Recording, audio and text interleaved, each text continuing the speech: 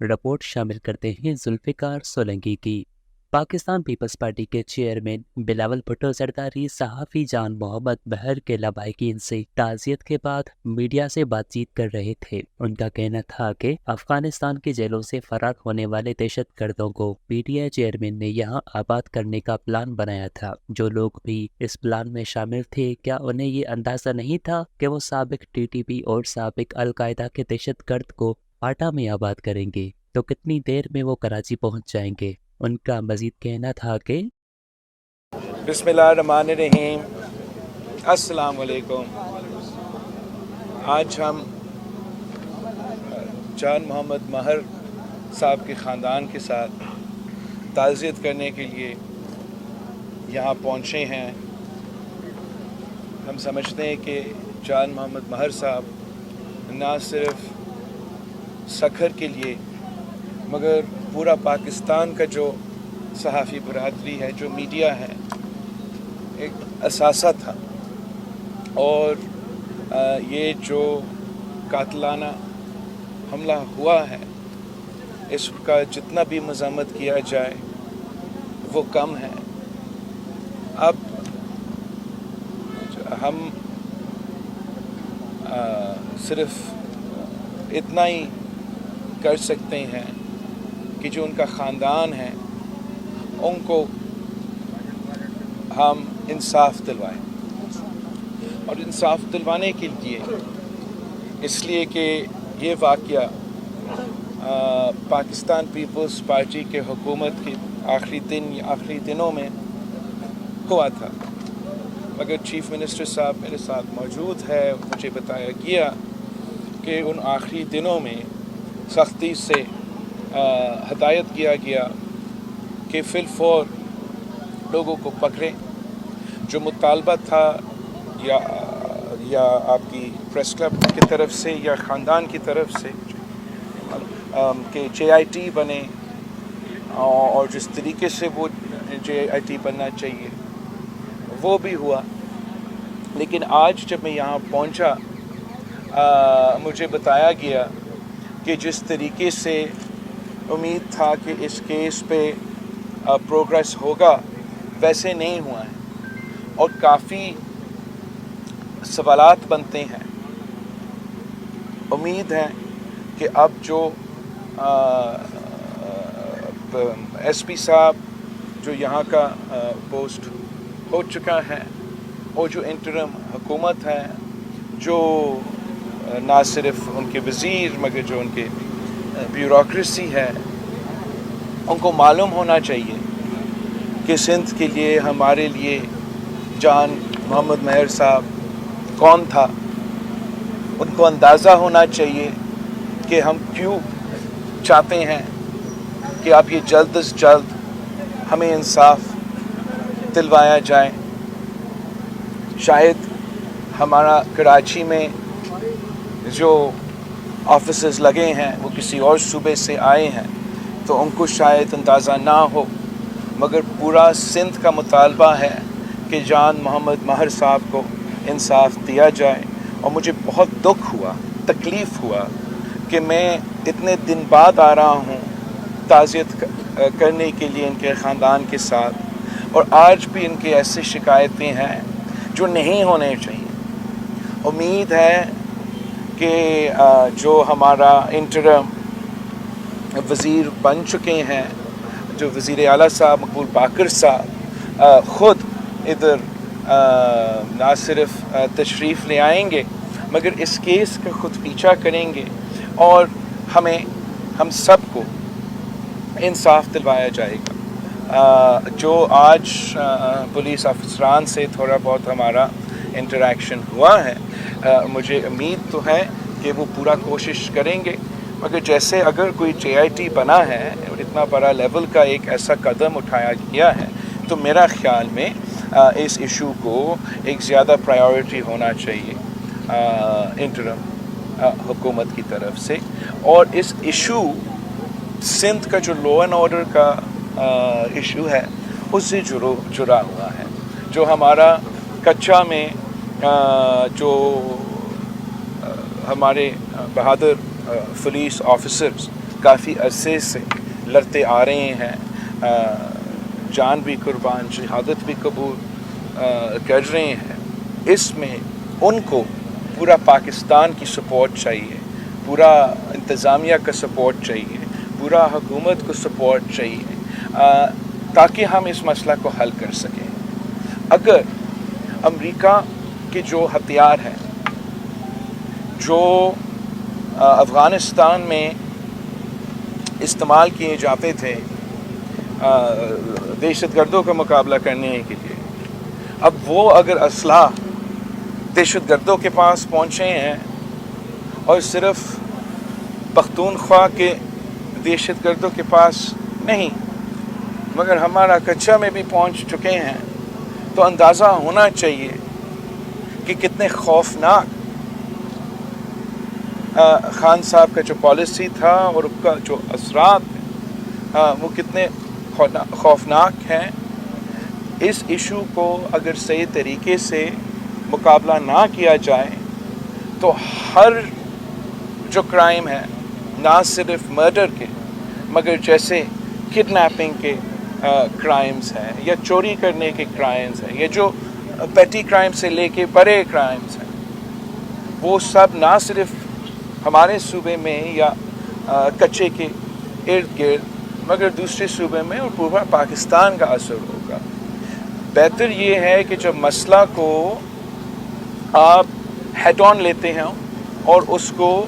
صحیح طریقے سے ارلی سٹیجز میں ڈیل کرتے ہو تو پھر وہ آپ اس کو روک سکتے ہو اس سے پہلے کہ وہ بڑھتے ہوئے اور اس کا پورا پاکستان پہ نقصان ہو۔ مگر جہاں تک جان محمد ماہر صاحب کا کیس ہے، وہاں ہم پاکستان پیپلز پارٹی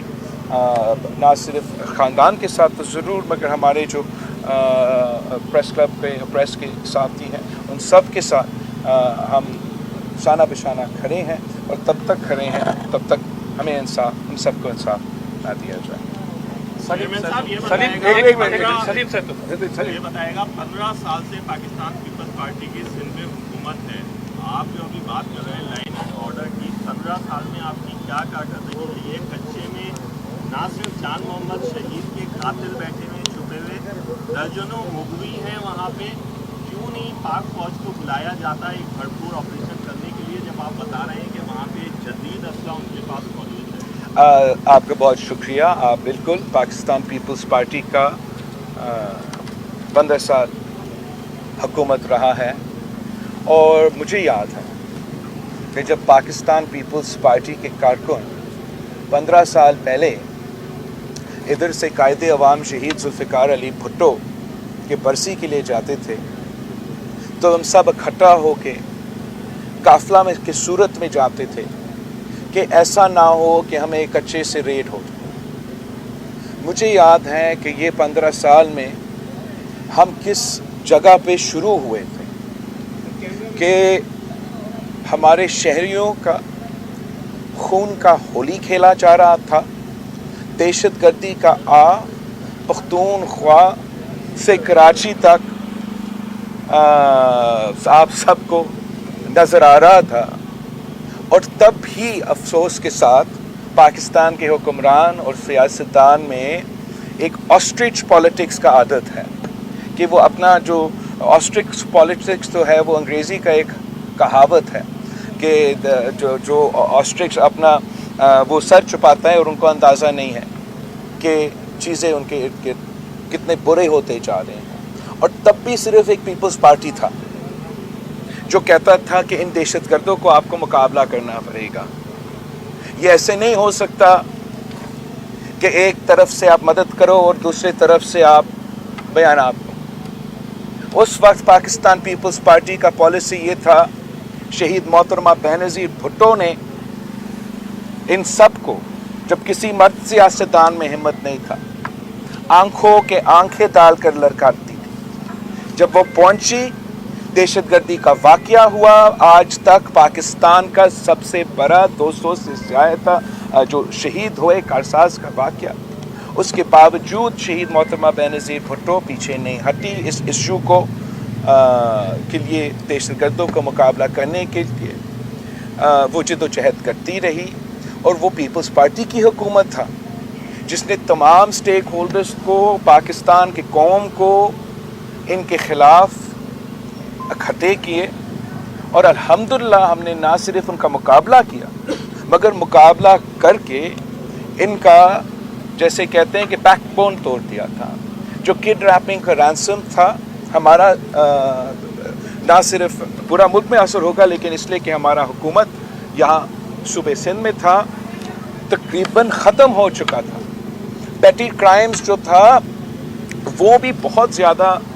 کنٹرول ہو چکا تھا۔ اب کیا ہوا ہے جس کی وجہ سے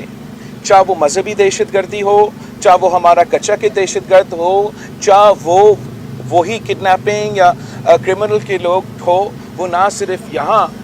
چاہے وہ بلوچستان ہو، جنوبی پنجاب ہو، پختونخوا ہو، وہ پھر سے اپنے سر اٹھا رہے ہیں۔ وہ اس لیے کہ پاکستان پیپلز پارٹی کا وہ جو پالیسی جس کا میں ذکر کر رہا تھا اس میں عمل درآمد نہیں ہوا۔ وہ نیشنل ایکشن پلان جس کے لیے ہم نے جدوجہد کیا، آپ کو یاد ہوگا تب بھی 2014 کے آپریشن سے پہلے تمام سیاسی جماعتیں کہہ رہے تھے کہ ان سے بات چیت کیا جائے، ان سے ڈائیلاگ کیا جائے، ان سے دوستی کی جائے، اور ایک ہی پاکستان پیپلز پارٹی تھا جو کہتا تھا آپ کو مقابلہ کرنا پڑے گا، آپ کو rate of the state establish کرنا پڑے گا، ورنہ ان پر آپ قابو نہیں ہوں گے۔ اب دو چیزیں ہوئے ہیں، ایک تو جو مہنگائی کا سونامی، بے روزگاری، غربت کا جو معاشی بحران کا سلسلہ ہے اس کی وجہ سے کرائم ملک بھر میں بڑھتا جا رہا ہے، اور دوسری طرف جو ہمارا سیلف سیبٹاجنگ نیشنل سیکیورٹی پالیسی جو خان صاحب نے اتنے سالوں کا محنت کو چند دنوں میں خراب کر دیا۔ جب افغان حکومت نیا بن رہا تھا تو اس وقت اس نے پاکستان کے بارڈرز نہ صرف ان شہریوں کے لیے چلے، سالم والوں کو تو بنتا ہے، پوری دنیا میں ایسے ہوتا ہے، مگر وہ دہشت گرد جو ان کے جیلوں سے فرار ہو کے یہاں آئے ان کو آباد کرنے کا پلان بنایا تھا۔ کیا جو جنرل فیض صاحب تھا اور جو عمران خان صاحب تھا یا جو بھی اس پلان میں انوالو تھے، ان کو یہ اندازہ نہیں تھا کہ اگر وہ سابق ٹی ٹی پی، سابق القاعدہ کو میرا فاتح کے علاقے میں پھر سے آباد کریں گے تو کتنا دیر لگے گا ان کو ہمارا کراچی پہنچنے تک؟ کیا ان کو اندازہ نہیں تھا کہ جو اے پی ایس کا واقعہ کے بعد پاکستان کے بہادر جو آفیسرز تھے جو شہادت قبول کر کے ان کو نارتھ وزیرستان سے بگایا تھا، کیا ان کو اندازہ نہیں تھا کہ وہ واپس آ کے اسی فوج پہ حملہ کرنا شروع کر دیں گے؟ اب اس ریاست میں یہ کیسے ممکن ہو کہ ہم شہادتیں دیں،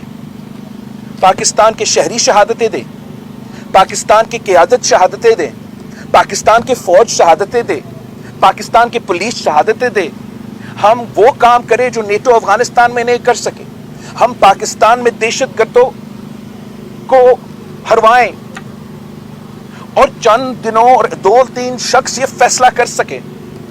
کہ قوم کے دشمن کو وہ معاف کر سکتے ہیں پارلیمان سے پوچھے بغیر، عوام سے پوچھے بغیر۔ اگر آپ ایسے کام کریں گے تو پھر یہ مسئلے ہوں گے جیسے آج کل چترال میں ہو رہا ہے، یہ مسئلے ہوں گے جیسے ہمارے یہاں کچھے، چاہے آپ ادھر رہتے ہو یا آپ جنوبی پنجاب میں رہتے ہو یا آپ بلوچستان میں رہتے ہو، ایسے ہی ہوگا۔ میں چاہتا ہوں کہ اب جو پرانا طریقہ ہے اس ملک کا چلانے کا وہ چھوڑا جائے، ہم اپنے شہریوں کے ساتھ، اپنے عوام کے ساتھ، اپنے ریاست کے ساتھ، اپنے شہدا کے ساتھ انصاف کریں، اور جو لوگ اس غلط فیصلے میں انوالو تھے اگر وہ سیاستدان تو پاکستان کے عوام ان سے احتساب کریں گے، ہم ان کا احتساب کریں گے۔ اگر وہ کسی اور ادارہ میں تھے تو وہ ادارہ آپ ان لوگوں کا احتساب کرو کہ یہ کیسے ہوا اور کیسے ہوا کہ میرا اور آپ کا دشمنوں کو، پاکستان کے دشمنوں کو، پاکستان کی ریاست کے دشمنوں کو ایک بار پھر اگر پاکستان میں مسلط کیا گیا تو اس کے پیچھے ایک کہانی ہے، اور پاکستان کے عوام کا حق ہے، شہیدوں کے خاندانوں کا حق ہے کہ ان کو بتایا جائے، ان کو پتہ ہو کہ یہ جو دہشت گرد ہیں ان کے واپس آنے کے جو اس کے پیچھے جو کہانی ہے اب کھلنا چاہیے. سلیم صاحب چیئرمین صاحب آپ نے خود غربت اور بے روزگاری کی بات کی. جب اگست میں مدت پوری ہوئی, پارلیمنٹ کی مدت پوری, اس کے بعد ایک پھر سے پیٹرول کی قیمتیں بڑھ گئی. اس کے بعد آپ نے دیکھا کہ اب بجلی کے بلوں میں عوام کے اوپر ایک پہاڑ گرایا گیا. لوگ جو ہیں وہ بھاری بلوں کی وجہ سے پریشان ہو گئے ہیں. بھاری بل ہو گئے, جمع نہیں کروائے گئے. اب کارروائیاں کر کے ان کے خلاف FIRs داخل کی جا رہی ہیں, مقدمے درج کیے جا رہے ہیں. کیا کہیں گے؟ میں سمجھتا ہوں کہ ایک بہت افسوس کہ صورتحال بن رہا ہے. ایک طرف تو معیشت اتنے برے حالات میں ہے, مہنگائی ہے, غربت ہے, بے روزگاری ہے, جس کا وجہ سے سب چیزوں پہ اثر ہو رہا ہے, یہاں تک لون آرڈر پہ اثر ہو رہا ہے. اور تو ایک تو آپ لوگوں کو تکلیف میں آپ کی پالیسیز کی وجہ سے, آپ کا تو قصور نہیں ہے کہ عمران خان نے فیصلہ کر دیا کہ نہیں ہم نے IMF نہیں ماننا. آپ کا تو یہ قصور نہیں ہے. اب اس کا بوجھ آپ نے اٹھانا ہے, ہم سب نے اٹھانا ہے. آپ کا قصور نہیں ہے کہ ہمارا حکومت 6 مہینے لگے ہمیں یہ فیصلہ کرنے کے لیے نہیں ہم نے واپس IMF کا جو ڈیل ہے جو ہم نے سیلاب کے جو دوران پتہ نہیں چھوڑا تھا, وہ ہمارا قصور نہیں ہے. لیکن اسلام آباد میں جو فیصلے ہوتے ہیں ان کا ایک کانسیکوینس ہوتا ہے, اور کانسیکوینس کو افسوس کے ساتھ عوام کو بھگتنا پڑ رہا ہے. اور اب وہ کہتے ہیں نا کہ ایک طرف تو ظلم ہوا ہے اور وہ ظلم کے اوپر ظلم ہو رہا ہے. اب بجلی کا بل اگر اوپر ہو رہا ہے تو اس لیے کہ ایک تو جو یہ انرسپانسبلی اپنے انٹرنیشنل کمیونٹیز کے ساتھ,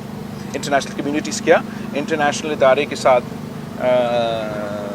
انگیج کی ہے. دوسرے وہ کہتے ہیں چوری. کہ چوری کا ڈیفینیشن آپ کو کرنا پڑے گا. مجھے لگتا ہے کہ چوری وہ کر رہے ہیں, وہ چوری کر رہے ہیں کہ جہاں سے یہ بجلی بنتا ہے, چاہے وہ بلوچستان ہو, چاہے وہ ہمارے یہاں ہو, چاہے وہ بیچارے پختونخوا کا ہائیڈل منصوبے ہوں. ان کو تو پروفٹس ہی نہیں دی, نہ پروفٹس دیا جائے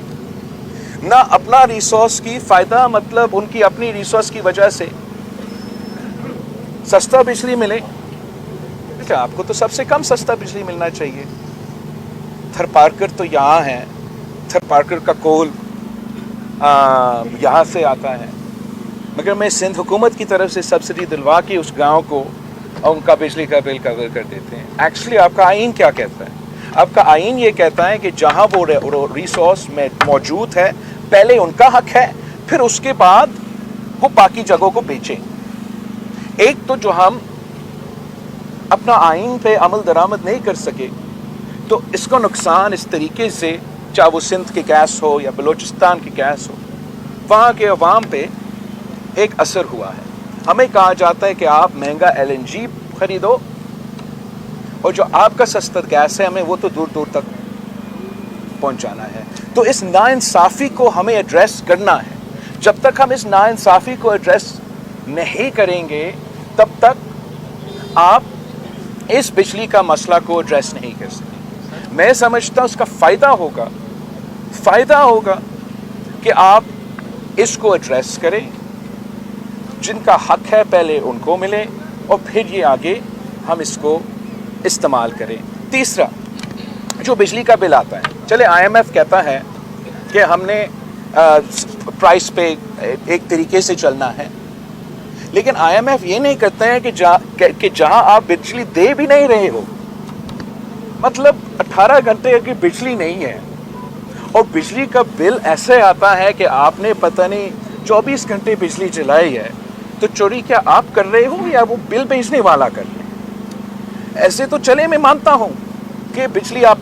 مہنگا ہو گیا ہے اور استعمال کے مطابق پھر آپ ضرور ایک وہ پرائس لے, چارج کرے, مگر یہ کیسے ممکن ہے؟ مطلب ہمارے ہاتھ تک لٹرلی 16-18 گھنٹے بجلی نہیں ہوتا ہے, وہ بل ایسے ہی دیتے جیسے ہم پورا دن اپنا وہ چلا رہے ہو. کراچی میں بھی 8 گھنٹے بجلی نہیں ہوتے, مگر وہ بل ایسے دیتے جیسے ہم سب 24 گھنٹے جو ہے. تو میرا خیال میں بہت سے طریقے ہیں کہ اس ایشو کو ہم ایڈریس کر سکتے ہیں. ہمارے پاس اتنے سے نیچرل ریسورسز ہیں, سولر ہے, ونڈ ہے, مگر اسلام آباد کا بیوروکریسی, جیسے آپ کا تھر کول کو